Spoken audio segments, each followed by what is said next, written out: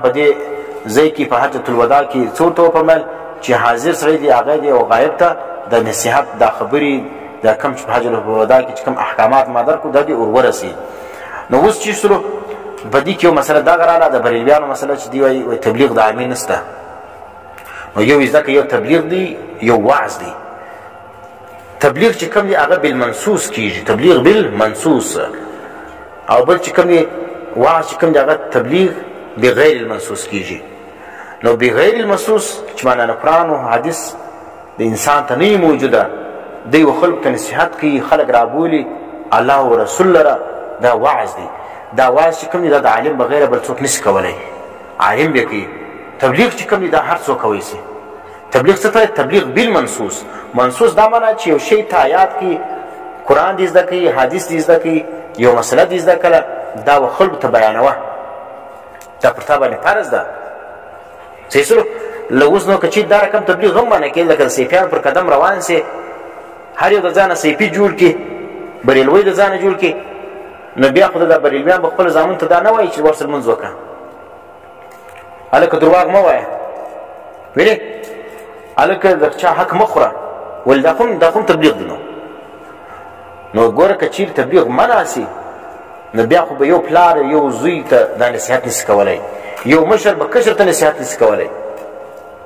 ویلې نو تبلیغ بالمنصوص چې کوم دی دا جایز دی، چې مانه په قرآن او په حدیث کې یو شی ذکر وي، یا آیت ته آیات کې، یا د یو مسله یې زده کړه، یا د یو حدیث یې زده کړي. وینې نو دا و بل چا ته رسول دا چې دی دا لازم دی، دا په تا باندې دا تبلیغ بالمنصوص دی. وینې چې یو آیت یو حدیث یې زده کړي، یو مسله سم یې زده کړي، بل چا ته رسول دا لازم ده په تا باندې. نو که مارتل دا رقم سي، نو د دنیا نظام دی ودروي. وینې او خبره سر نه خلاصوي. ګوره تبلیغ بالمنصوص خو د هر څوک کوي، هر پلار و زوی ته ورسره لمونځ وکړه. نو اوس به سیفي راولاړ شي دا چیش دی، دا تبلیغ ولې کوې؟ ته خو عالم نه یې، په ناسخ خو منسوخ نه یې خبر. ټیک شو.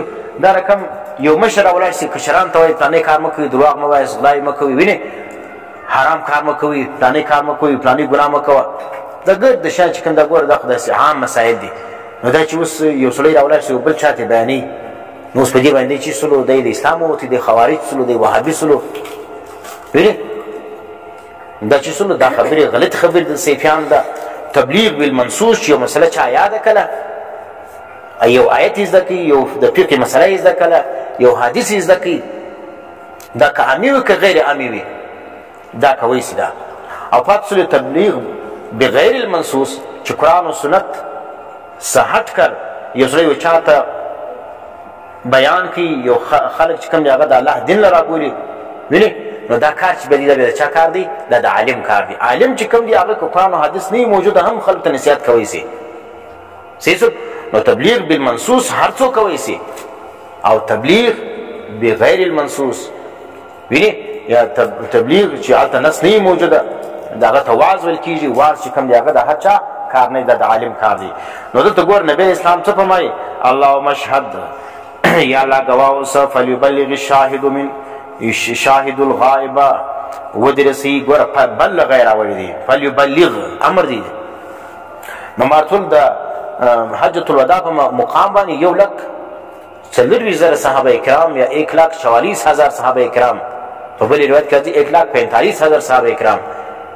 په دې کې دا رقم صحابه کرام ولو چې هغه د نبی اسلام سره تر اوسه یو ملاقات شوی ول. وینې بعض اوس ایمان راوړي ول، نور اسلام چې کوم دي تفصیلي احکامات نه وي زده. نبی اسلام ورته څه فلیبلغ الشاهد الغائب، ودرسي دلته چې کوم سړی حاضر دی دا د غایب ته ورسي. نو دلته بلغ یبلغ، دا تبلیغ څه ته وایي؟ خالي رسولو ته وایي، چې یو شی دې زده کړي بس چا ته رسوه. په دا کې علم د مدرسې څخه فراغت. وینې دا شرط نه دی چې خامخا د سیفیانو په مدرسې کې به سبق وایي بیا به دی تبلیغي جوړېږي. ټیک شو. نو تبلیغ چې کوم دی هغه چې یو آیت یا یو حدیث یا یو مسله دې زده کړه بس خلکو ته رسوه، هر سړی تبلیغي دی. دا وینې نو دا ته تبلیغ خاص هم وایي. تبلیغ خاص دا هر څوک کوی سي چې یو خاص مسله یې زده کړي، یو خاص حکم یې زده کړي، وینې یو حدیث یې زده کړي. دا خاص مسائل، خاص احکامات دا هر څوک کوي سي یو تبلیغ عام دی تبلیغ عام دا د عالم کار دی ٹھیک شو نو تبلیغ خاص هر څوک کوي سي چې یو خاص مسله زده کی یو خاص حدیث یعنی یو آیت زده کی بیا یو چاته ورسی دا هیڅ قباحت نشته تبلیغ خاص د عامي کار دی ویني او تبلیغ بالنصوص چې حدیث یو آیت یاد کی دا بل چاته بیانې دا د هر چا کار دی دا کې مدرسې څخه فراغت شرط ضروري نه دی دا نه ګوټه غواړي یو شی نه غواړي ویني نو دا چې کوم تبلیغ عام موږ ته وایو د عالم والا ته تبلیغ عام ویل کیږي د عامي والا ته تبلیغ خاص ویل کیږي او د عالم والا ته تبلیغ بغیر نصوص ویل کیږي چې وعظ دی او د عامي والا ته تبلیغ بالنصوص ویل کیږي نو دا چې کوم دي سیفیان چې کوم دي دا پالتو خلق دي دا خلق گمراه کوي صحیح سره نو بیا به سیفی چې کوم دي یو